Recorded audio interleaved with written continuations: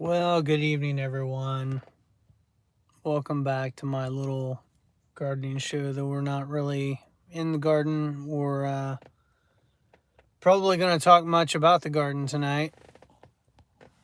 I am sitting outside a school building waiting on my son to get done with basketball practice, and practice ends at 7:30.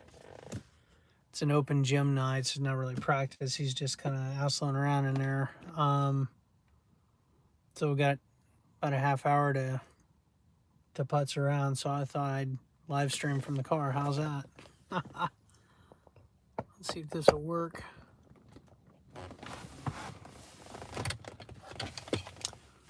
So anyway, I hope things are going well for everybody out there. The whole maybe 10, 15 people that tune in on a regular basis when I make a video. Things are going pretty well. Fall is in full swing.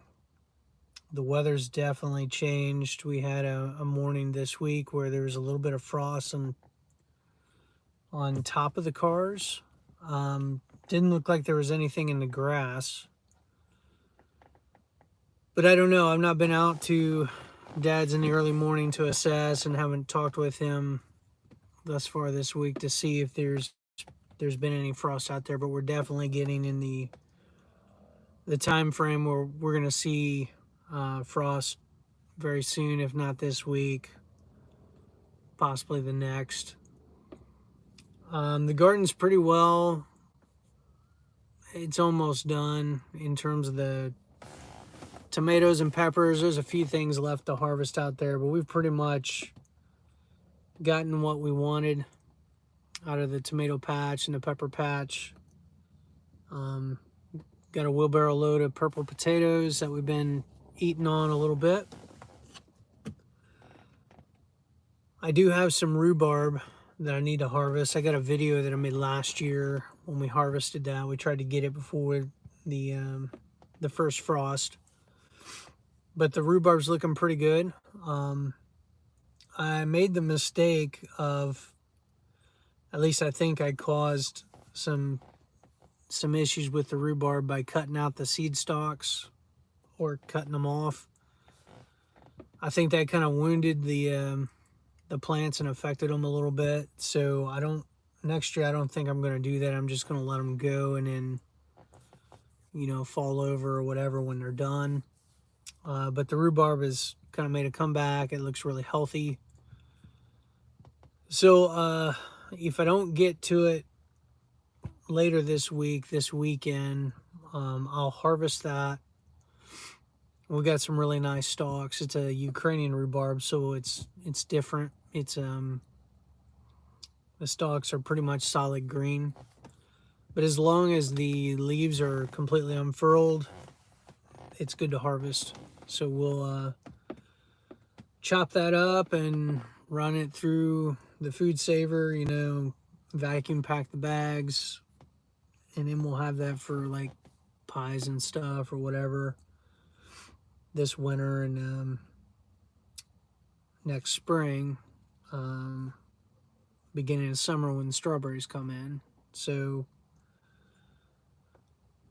let's see, other than that, we need to get the garden cleaned up and prepared, because we'll probably bring in some leaf mulch again, like we've done in prior years, where the township will come in and drop off some leaves for us, a couple of dump truck loads full, and then we'll get those spread, and that'll be it. We'll be done for the season. I've got some kale that I'm going to let grow a little bit longer. We've got some apples from the apple orchard, so going to harvest some of that as well. Maybe do some juicing with that. Apples go pretty well with kale. And so yeah, that's pretty much the state of the garden. I did get, I guess, just personally, we got a couple things. We've had some car issues My daughter's car transmission went out, and it took, I don't know, about 6 weeks to get it back because my brother-in-law's shop, he had a couple employees get COVID, so he lost a bunch of man hours. A small shop, so he was backed up. Pretty well. It took 6 weeks to get the transmission replaced and installed, and I had to do it twice. The first one that they put in, apparently it was damaged or something happened, and it wasn't working right, so they had to take that out and put another one in. So we'll see. Hopefully that fixed the issue, and we're not going to have any more issues with her car, my daughter's car. I've got some maintenance to do on my car before winter comes in. Other than that, things are going pretty well. Just kind of trying to stay engaged with what I'm doing work-wise. I'm sure you guys can relate out there, but a lot of us, you work jobs that they're maybe even you would consider them a career where you really enjoy what you're doing, take satisfaction in it. And most days are pretty positive. Like, there are things to do that make a difference and matter and stuff like that. And then there's other days that just kind of drag on. That or you have things going on at home that distract you to where you're at work, you've showed up, but you're not 100% there. Because there's other stuff going on that's, weighing on you or whatnot. So,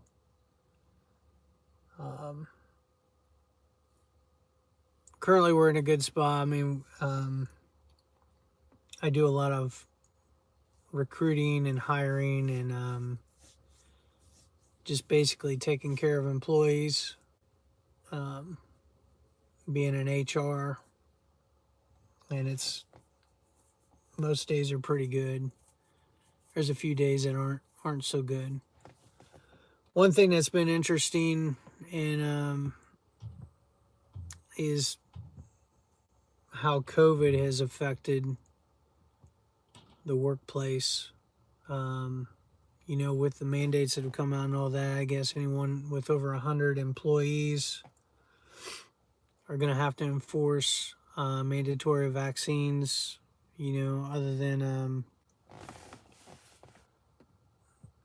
I guess there's still a couple of different exemptions available, like if you've got a medical exemption or a religious exemption, but by and large, employers are cracking down and requiring their employees to get vaccinated by a certain date. Otherwise, they deem that as voluntary resignation. At least I know I've got a friend that works for a company in Ohio who this company has kind of structured things to where if they don't get vaccinated, they'll consider it a resignation so that they can't get unemployment or something like that. They're trying to cover themselves in that event. But it's kind of fueling this whole thing called, I guess, a Great Resignation, where a lot of people, as a result of COVID, are kind of reevaluating their lives and reprioritizing, like, what's really important and what matters. And so consequently, people are quitting jobs where, their employers don't do a good job of taking care of them. Their employers don't care about them. Maybe they got a bad boss or poor benefits, lack of flexibility, whatever it might be. But there's a fair amount of people that are deciding to jump ship and see if the grass is greener on the other side. Which in some respects is good for me in terms of recruiting and stuff like that, because there's more people potentially in the labor pool that wouldn't normally be there as a result of COVID and whatnot.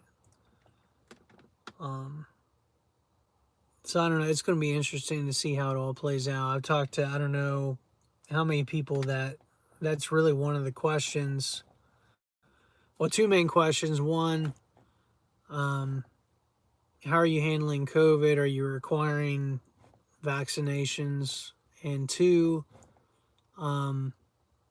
what's your flex time policy, or do you offer remote work options? And those are two things that I'm seeing here lately. That's kind of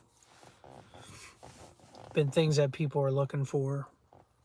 My particular workplace, since we have less than 100 people, don't require vaccinations, which, if you believe strongly that you need to do that, that's fine. If you've got reservations because of just the lack of research, or how they kind of fast tracked all this, and just all the other stuff that's going on with it, that kind of make you kind of take a step back and think, like, is this, like, why is the government doing what they're doing? We don't require it. So either way, whether you want to get it or not, that's not something that we're forcing people to do at this time, or enforcing now. The laws could change to where smaller companies will be the next ones that will be required to implement some measures or whatnot. That, or they'll make things so difficult that most people will take the path of least resistance and go ahead and get vaccinated, which, again, I don't have any problem with that personally. If that's what you've done your research and that's a choice you want to make. Personally, for me, I had COVID back in December, and from what I've read, having natural immunity is better than that, and the shot is not maybe as necessary or beneficial for me. In fact, I know quite a few people that have gotten it and yet end up getting COVID anyway. So I don't know, but it's going to be interesting to see how everything plays out in the workplace, and what kind of requirements we're going to have, and just what's coming down the pike. I don't know.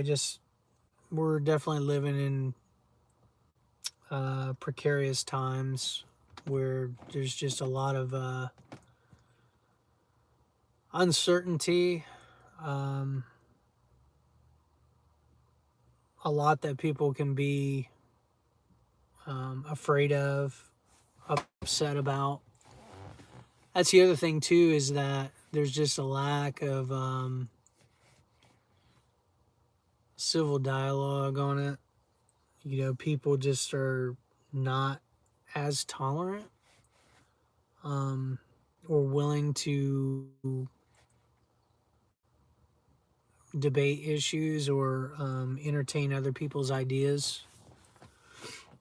There's a real good book, I don't know, some of you guys might be aware of it, but it's this guy Neil Postman. It's an old book, but it's Musing Ourselves to Death.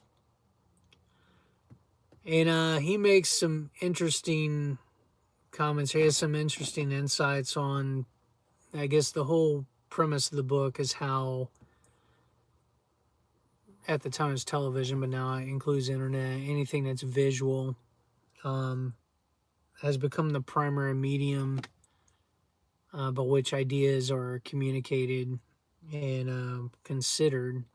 Whereas prior to TV, it was the radio, and before that it was the written word. There was a lot of emphasis on the written word, and newspapers and articles that were pretty in-depth and actually required a lot more thought, and where people had to give more consideration, like when they were, communicating. And it also was a medium where you could have civil debate and stuff like that. And that's the thing, like, society is so fast nowadays. Everything is geared in these little snippets and headlines. And I catch myself a lot of times in the morning if I'm reading the news on my phone, through this Flipboard app. Yeah. Hey, Tom. Um, it's easy just to read the headline and maybe a couple sentences in, if that, and then you're on to the next thing.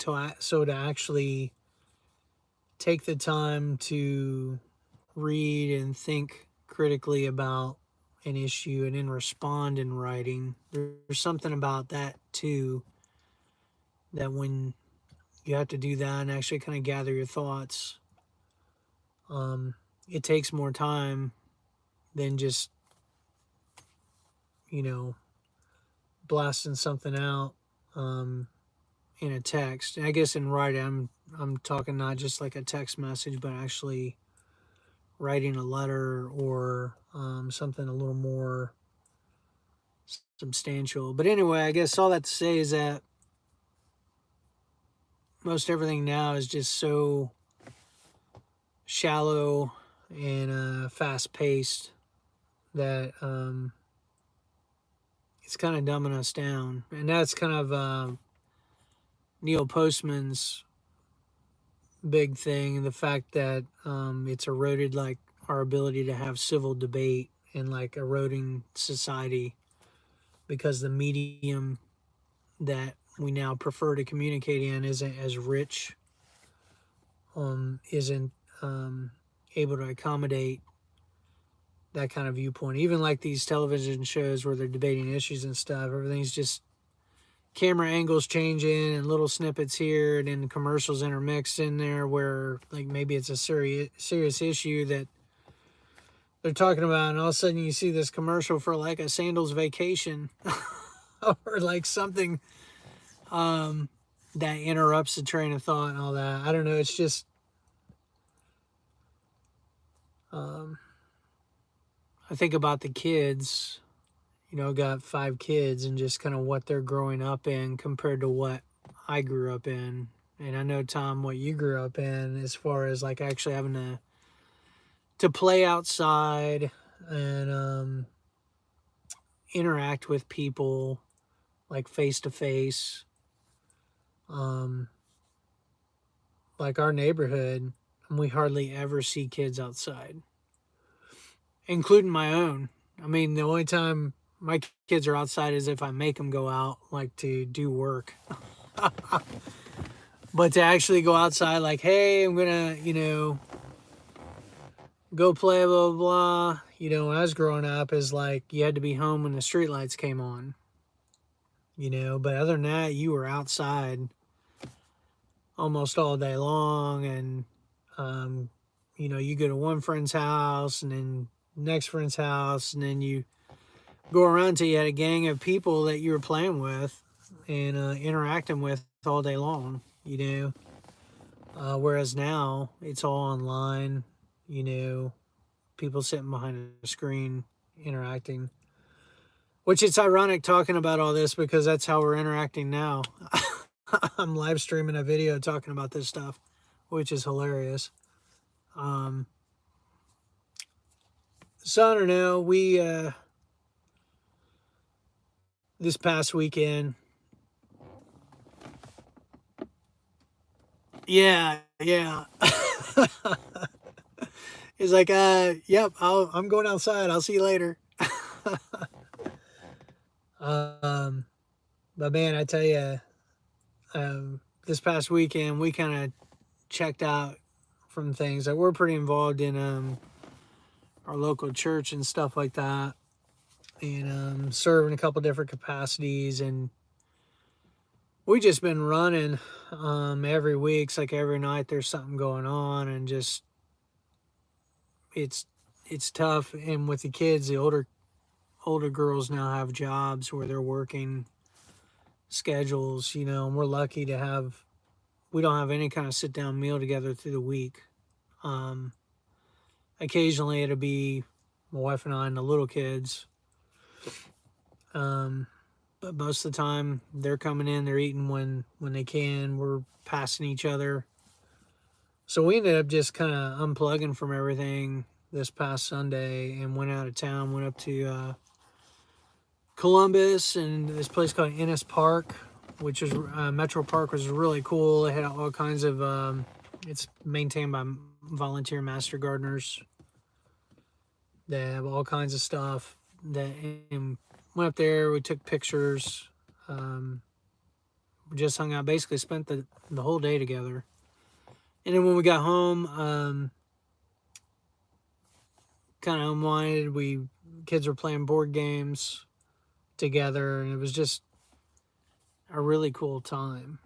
And it's like, man, why aren't we doing this more often? Why is it, we're choosing to be this busy to a degree, like how we're spending our time.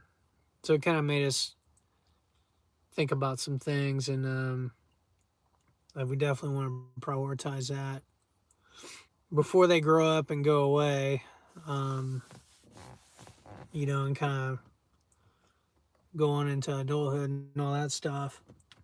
But so anyway, that's kind of what's going on, kind of what's been on my mind here recently. I guess one other thing too, I've came across this podcast. I try to listen to things on the way to work, and it's called Wise Traditions, and it's sponsored by or put on by the Weston A. Price Foundation, which I guess Weston Price was like one of the pioneers in doing research on health and nutrition. I think he was a dentist, actually, that was fascinated with dental health and trying to figure out how to improve it, and kind of had a hypothesis that it was related to nutrition, right? Like, duh. So he went to like third world country. He went all over the place and studied people, and I guess discovered that if they had certain things in their diet, like their bone structure in general, like they were just super healthy, no cavities, no issues like that. And he's got a book. I don't know if it's him. There's another guy that did similar research, but I think it's either Soil and Nutrition or but anyway, Weston A. Price. Anyway, there's a lot of cool little snippets. They they try to bring people onto the little show that have like alternative viewpoints, because a lot of what we hear and how doctors are trained, even, it's like all Western medicine, and sponsored by the pharmaceutical companies, and just it's not holistic. A lot of them. I mean, that's not everybody. There are good doctors out there that practice both Western and Eastern medicine, and take a more holistic approach to health and all that. But there was an interesting podcast. I haven't listened to all of it yet, but it was on COVID, which you guys might want to check out. Tom, Frank, I think you guys are the only ones still on my live stream. So, but anyway, that's pretty much what's going on. I gotta jump off here because my son's finishing up. I gotta go up and get him, but maybe I'll jump back on later tonight or this weekend or something. So Hope you guys have a great night. We'll have to catch up, and I'd send you some pictures of my fire cider. It's about ready. Yeah, I'll text you guys a link to it. It's pretty interesting. So we'll catch you guys on the next one.